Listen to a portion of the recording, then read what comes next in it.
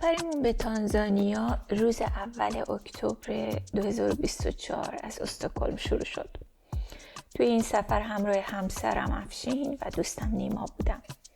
با یه هواپیمای خیلی خوب و بزرگ از شرکت اتیوپیان ایرلاین اول رفتیم آدیس آبابا، بعدش هم به فرودگاه کلیمانجارو در تانزانیا رسیدیم. از فرودگاه کلیمانجارو مستقیم رفتیم خونه یکی از دوستان نیما که اهل سومالی بود و از قضا یک نویسنده که توی شهر موشی زندگی میکرد. فردای اون روز یه تور طبیعت گردی همون اطراف گرفتیم و رفتیم برگردش در طبیعت. در طول پیاده روی راهنمای ما با دقت به دنبال پرنده و حیوانای دیگه میگشت که بهمون نشون بده. میبینین یه میمون برگخوار سیاه‌سفیده و اینم یه ایبیس. بعد از گذشتن از جنگل به یه مزرعه بزرگ برنج رسیدیم. فضای اطراف مزرعه واقعا فوق‌العاده خوشبو و زیبا بود. پر بود از پرنده‌هایی که در اطراف مزرعه پرواز می‌کردن. اینجا یه ایبیس زیبای دیگر رو در حال پرواز می‌بینین و این هم یه لکلک مارابو که جالبه که مثل کرکس و لاشه خاره.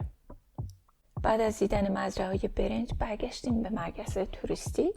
اونجا یه خانم آشپز ماهر برامون چندین مدل غذای آفریقایی خوشمزه درست کرده بود که حسابی از خوردنش لذت بردیم.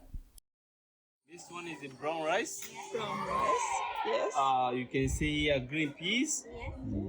And also this one is a banana plantain. Banana plant. The green banana. Yeah.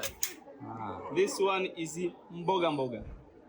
I means the okra and eggplant and aubergine. Aubergine, yes. This is one my favorite.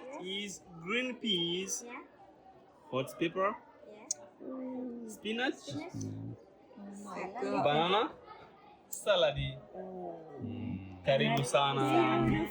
And banana should be in all the tables Yes, in African Africa. culture. Yes. Banana should be. Yes. Yeah. African culture. That's where we are. Food without banana is not good. Perfect. You are. So you're welcome. And you have done this. Thank you so take much. it a little Thank bit you. everywhere Thank to know your favorite. Then everything's good. Thank you. Until we finish all. This time also you can take a picture with your mama. It's good. Yes, of course. ظاهراً تمام سبزیجاتی که در غذاهاش استفاده کرده بود محصول باغ خودشون بود. روز بعد رفتیم هتل صبحونه خوردیم و بعدش هم سافاری واقعی رو شروع کردیم. دیگه vaqtش بود قسمت اصلی سفرمون رو به حیات وحش آفریقا، جایی که از بچگی آرزوی سفر بهش رو داشتم شروع کنیم. Ska jag gå till vilda världen? امروز اولین روز سفاری به توی تانزانیا است. افشین و نیما هم هستن. هر نیما min kompis. خیلی خوشحالم از اینکه داریم. Tack God. Nima, say någonting. Hi everybody. Och här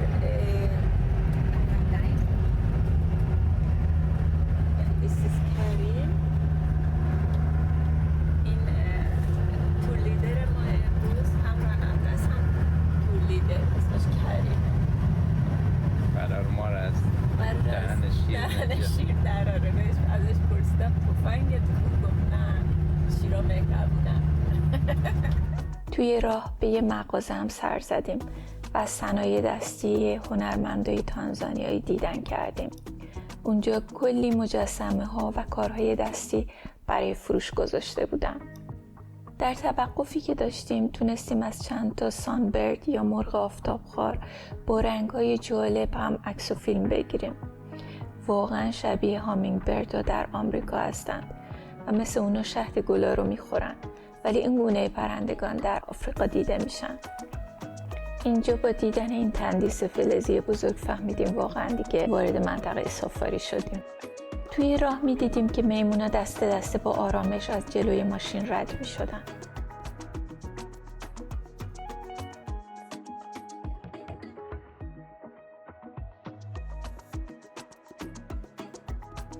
اینجا یه حواسیل کنار میمونا میبینیم.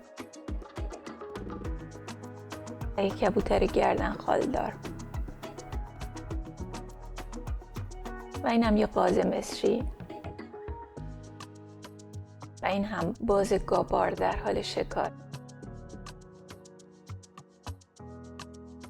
اینجا یه میمون سبز آفریقایی با بچه‌شون. در مناطق سفاری در جای مخصوصی اجازه داشتیم از ماشین پیاده شیم. در این جاها معمولاً میز، نیمکت و سرویس بهداشتی هم بود. اینجا توریستا راحت میتونن برای خوردن غذا، استراحت یا حتی تماشای منظره از ماشین پیاده شن. اینجا یه دسته خدنگ نواری میبینین. اینم یه آهوی زیبای نر و ماده‌اش.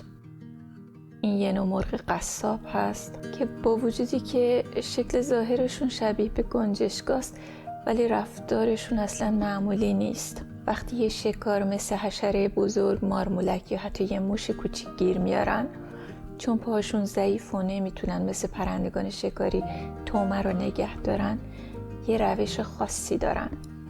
اونا طعمه رو با منقارشون میگیرن و میبرن سراغ یه چیز تیز مثل خار درخت، شاخه تیز یا حتی سیم خاردار.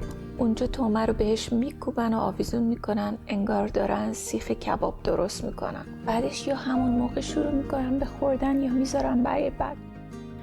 و همینطور صحنه‌های متنوعی از حیات وحش و طبیعت رنگارنگ تانزانیا.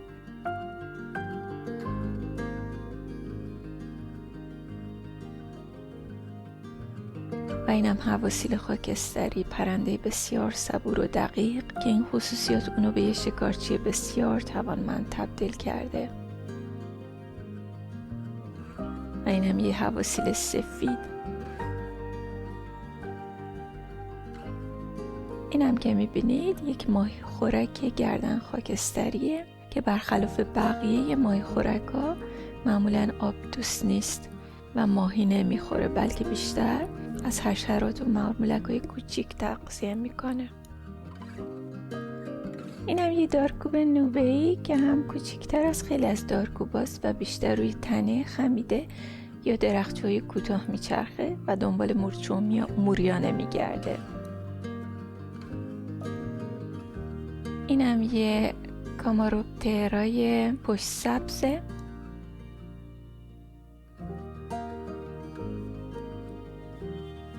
اینجا هم یه سار مخصوص منطقه تانزانیا و کنیا رو میبینین. پرنده خیلی اجتماعی و هوشمنده و همه جا دیده میشه. وقتی غذا میخوردیم معمولا میومدن غذا بگیرن از همون. رنگای فوق‌العاده جذابی داشت. اینجا هم چند تا پرنده ساحلی کوچیک رو میبینین.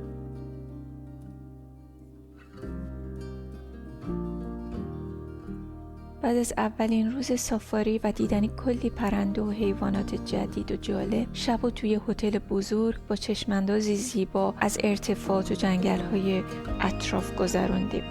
البته حتی در اطراف هتل هم میشد پرنده‌های جالبی دید. اینجا توی بالکن هتل هم یه بلبل دیدیم و یک فینچ آتشین آفریقایی با رنگ قرمز ویژش.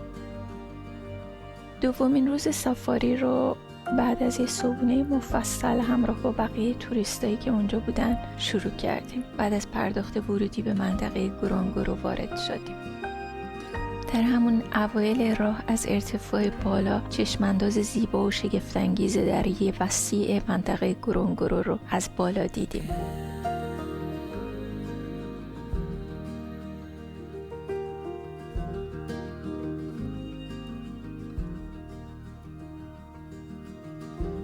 و به مسیرمون ادامه دادیم تا در پایان سفر برگردیم به همین نقطه.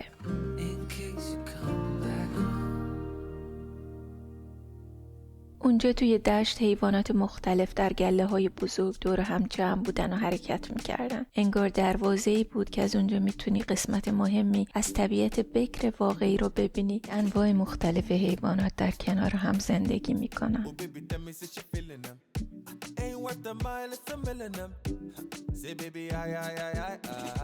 تعدادی گورخر توی مسیر دیدیم که انگار بدنشون با نوارای سیاه و سفید نقاشی شده بود. در نگاه اول آدم شاید فقط به زیبایی این نقشای سیاه و سفید فکر کنه، اما جالبه که این خطوط کاربرد دیگه‌ای هم دارن.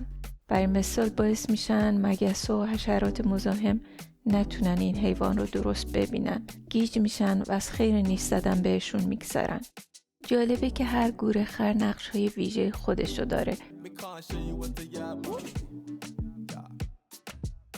دیگه رسیدیم به جاده‌هایی که خیلی ناهموار بودن. وقتی با ماشین میرفتیم کلی خاک بلند میشد. اینجا حسابی خاک خوردیم.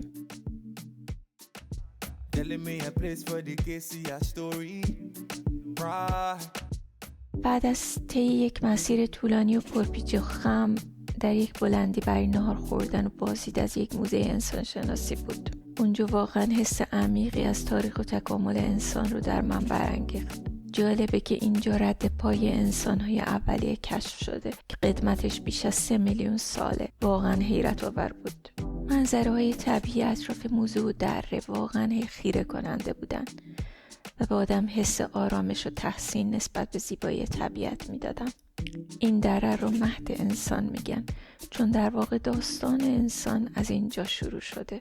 راهنمامون در آخر توضیحاتش بهمون گفت به وطن اصلیتون خوش اومدید.